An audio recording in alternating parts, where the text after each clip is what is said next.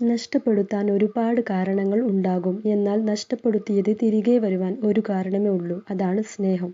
ആരോടും over attached ആവാൻ പാടില്ല. അവർക്ക് തിരിച്ചങ്ങനെ ഒന്നുമല്ലായിരുന്നു എന്നറിയുമ്പോൾ ഇറ്റ് ഈസ് അൺസഹിക്കബിൾ.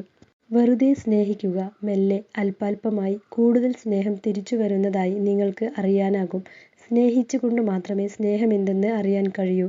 നീന്തിക്കൊണ്ട് മാത്രമേ നീന്തൽ പഠിക്കാൻ കഴിയൂ എന്നതുപോലെ തന്നെ. എല്ലാ ബന്ധങ്ങളും തുടക്കത്തിൽ മനോഹരമാണ്. എന്തെന്നാൽ തുടക്കത്തിൽ നിങ്ങൾ അഭിനയിക്കുന്നു. ഒരിക്കൽ ഈ ബന്ധമങ്ങ് സ്ഥിരപ്പെടുകയും നിങ്ങൾ ആശ്വസിക്കാൻ തുടങ്ങുകയും ചെയ്യുമ്പോൾ നിങ്ങളിലെ കലഹമത്രയും നുരഞ്ഞു പൊന്താൻ തുടങ്ങുന്നു. അത് നിങ്ങളുടെ പരസ്പര ബന്ധങ്ങളിൽ പ്രതിഫലിക്കാൻ തുടങ്ങുന്നു. സംഘട്ടനം മനുഷ്യന്റെ ഉള്ളിലാണ്.